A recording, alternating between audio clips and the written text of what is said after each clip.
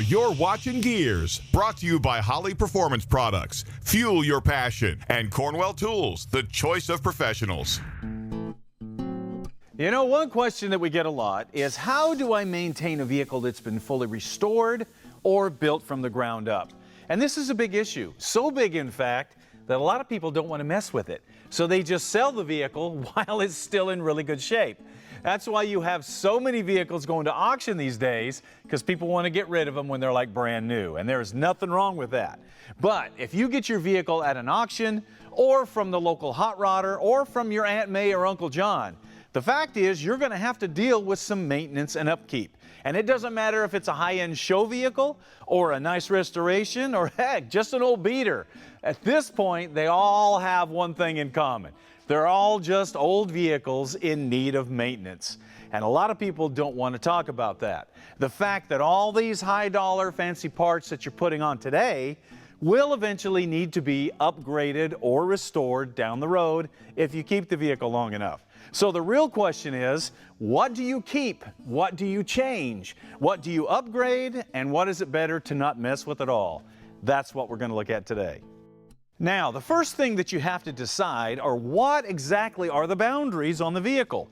For example, this looks like it's a very rare, very expensive 68 Z28 Camaro. And if that's the case, you got to be really careful what you take off this thing and what you put on, because part of its value is in its originality. Fortunately, if you look a little closer, you can tell this is not an original Z28. This is a clone. So you have a lot more leeway about what you can put on, what you can take off a vehicle like this. This is why people build clones, so they can modify them the way they want. On the other hand, you have vehicles like Copperhead. Now this represents all the high-end builds and the show vehicles and the race cars that you can buy at auction. Now these usually have a high collector value, and they're usually loaded with all kinds of unique one-off parts that make them more valuable, yeah. So you want to make sure that you don't take any of that stuff off when you're working on them. So we're going to show you how to do that as we do some much needed maintenance on Copperhead to get it ready for the Grand National Roadster Show. Okay, the first thing that you want to start with is the most obvious, and that is general maintenance. I'm talking oil changes, spark plugs, cooling, hoses, that kind of thing. And this is important whether you got the vehicle at an auction, or pulled it out of a barn, or got it from somebody's collection, whatever, because you don't know how long the vehicle's been sitting, and you don't know when the maintenance was last done. So we're going to start by draining the oil and getting that changed. Getting the vehicle up in the air is a plus here, so if you have a lift, now is the time to use it.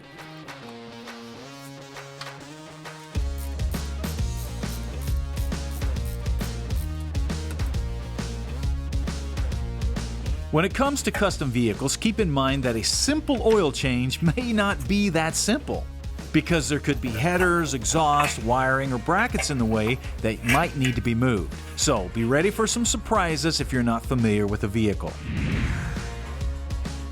Also, make sure you use a high-quality filter and oil that's designed for the specific needs of your engine.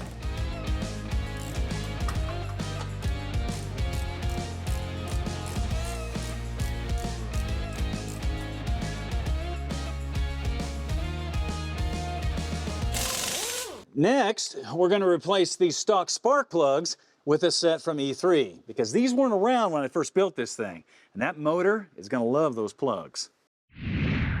The coolant and the power steering hoses are some other areas that you're going to want to check for leaks.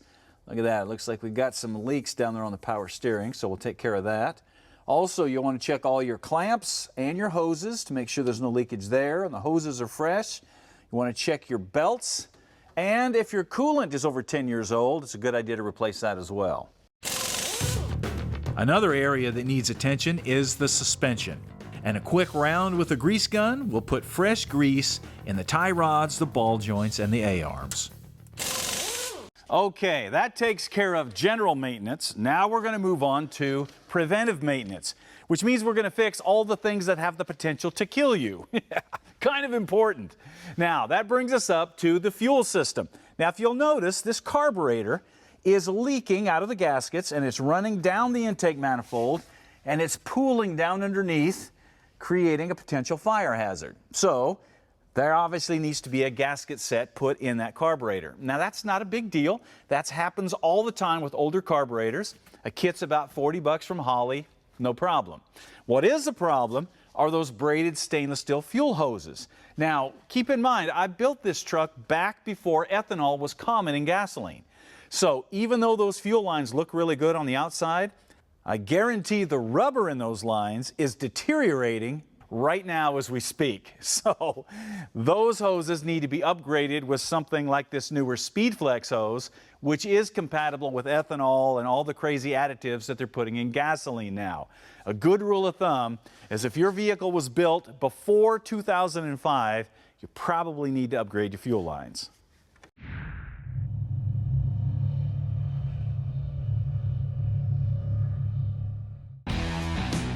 In a world of economic uncertainty, there will always be a need for quality tools and people who can use them. That's why becoming a Cornwell tool dealer is one of the best career moves you can make. With routes available all across the nation, it's a great way to be your own boss, supply high-quality tools to professionals, and make some real money. If you're tired of working for someone else, have the drive to succeed, and want a career that can be successful no matter what happens on Wall Street, there's a Cornwell tool truck with your name on the side.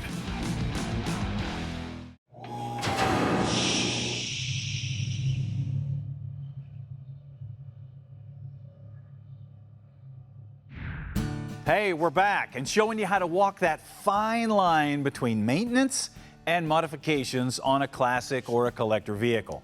Now, so far, we have upgraded our fuel lines to something more compatible to ethanol fuels. Now we're going to deal with that carburetor. Now, it would make perfect sense at this point to take that carburetor off and put on some sort of nice fuel injection like a Terminator or a Sniper from Holley. Now, those are great units, but the question is, should you? Well, if your vehicle's a daily driver or it's a clone, sure, there's no problem there. But keep in mind, this is the very first 572 crate engine that Chevy let out the door, and it came with that Demon Racing carburetor on it. And to take that off might mess with the collectability of the truck a little bit. And it might create some clearance issues with this very unique air cleaner. And the current owner does not want to do that. Also, it starts and runs so well with the carburetor, there's really no reason to put fuel injection on it. So for now, we're going to keep the carburetor. Another major safety issue for older vehicles is tires. And you can't use the mileage or how good they look as a gauge, because most tires will time out in 5 to 7 years.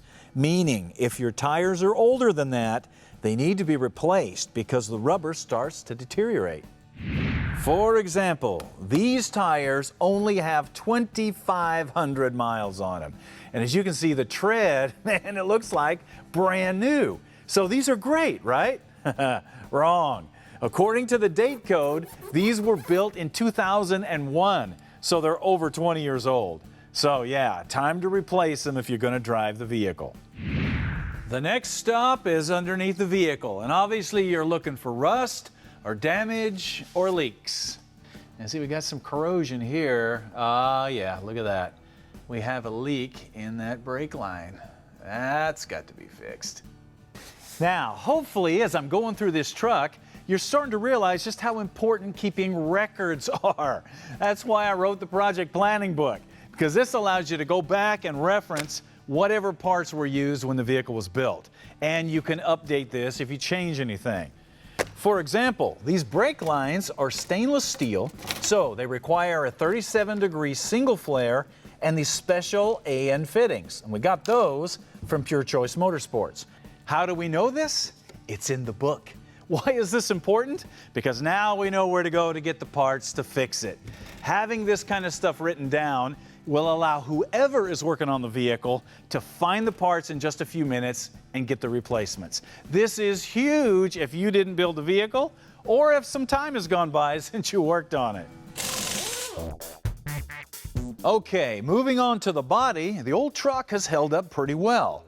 As you can see, the front bumper has been pushed on a few times, so it's a little crooked, so we'll probably end up replacing that. And some of the taillight lenses are cracked, so obviously those need to be replaced. So, a quick call to LMC Truck got us all the replacement parts that we're going to need. And the good news is, the replacement parts today are so much better quality than what we had almost 20 years ago. For example, this is the best bumper you could get back then. But if you look at it closely, man, you can see it's wavy and it has unfinished edges. These new bumpers, man, the edges are just smooth as can be. They're super straight and the chrome plating is awesome. Now, when you start hunting for aftermarket bumpers, you're going to find you have some choices. For example, this is an aftermarket bumper for a C10, but as you can see, it has running lights in the bumper. Now that's cool, it looks awesome, but does it go on this truck? Remember, I built this truck to have kind of an original look to it.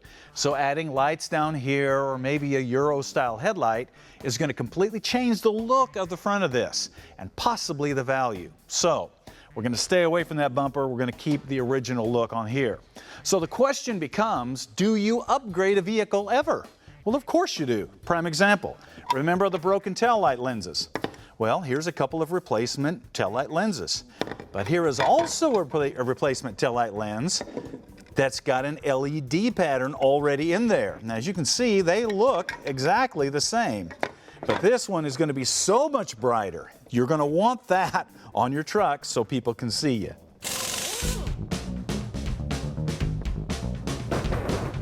Okay, that lays out the parts. Time to get to work.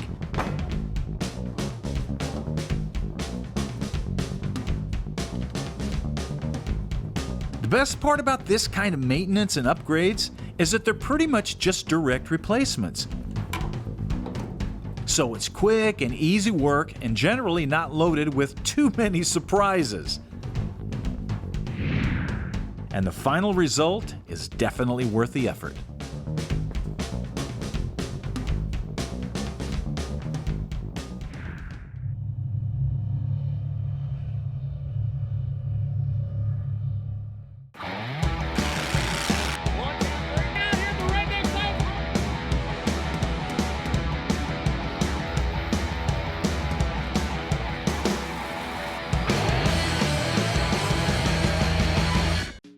Redesigned from the ground up, MSD's Ultra 6A boasts a significant size reduction, making it 60% smaller, 50% lighter, and 35% more efficient. Find out about MSD's latest products at Holley.com.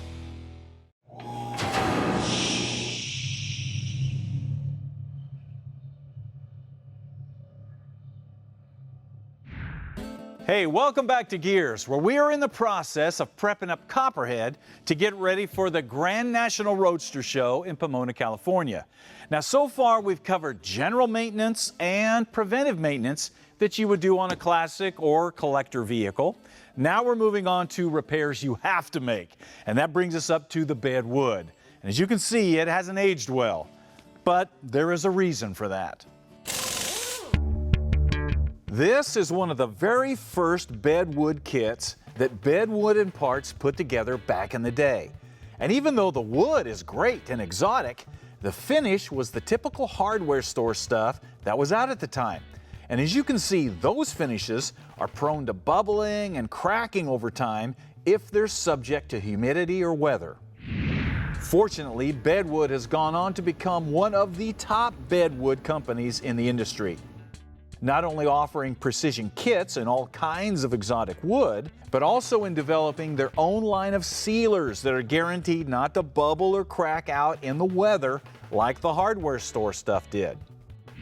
The kits also come ready to install with everything pre-cut and drilled and sealed. The wood that we're using this time is called sapple wood, which is a ribbon grain mahogany, and it features a cool long grain pattern. Then we topped it with their new satin sealer to protect it and bring out the grain even more. This combination is going to look really good against that copper orange paint. Now, to install new bedwood is pretty simple. The only thing that will have to come out is the fuel tank if you've relocated it under the bed to get it out of the cab. Now, having the fuel tank out of the way will give us access to the bolts for the bed strips. Now, one thing to be aware of when you are replacing your bedwood. Even though these kits are designed to fit your bed perfectly, There's no two beds exactly the same, especially if you've added some aftermarket panels. So don't be surprised if you need to do some tweaking, maybe square up the bed a little bit, maybe tweak on the panels or the strips to get everything to fit just right. Obviously, the more time you spend here, the better everything's going to look.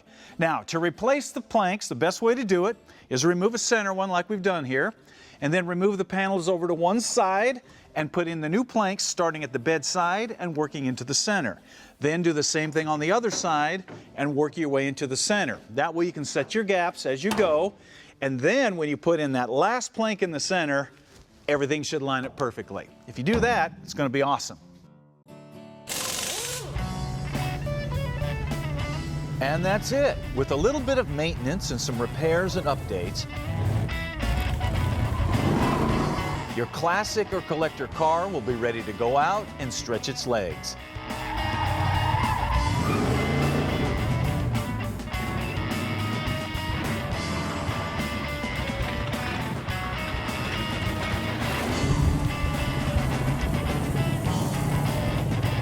And do what it does best.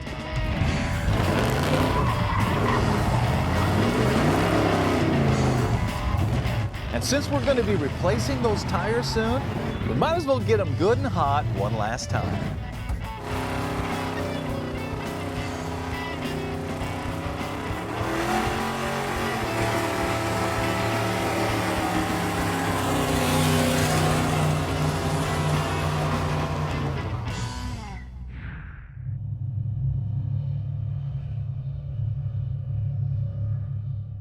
You know, one of the first true freedoms you experience as a kid is that first bicycle. Man, it becomes your transportation to the world, or at least the local neighborhood. And in my neighborhood, man, we all had bikes. And we'd stick playing cards in the spokes, and we'd suck on black licorice, make it look like we were big biker dudes. And it was magic.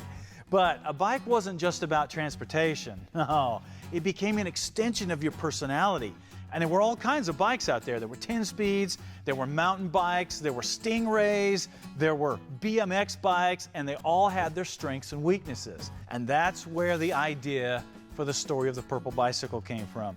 Because just like a bike might wish it had the talents or skills of another bike, so do we sometimes overlook our God-given talents and wish we had somebody else's talents, skills, because they seem to be better than ours. It's a simple lesson, but something we all need to be reminded of from time to time.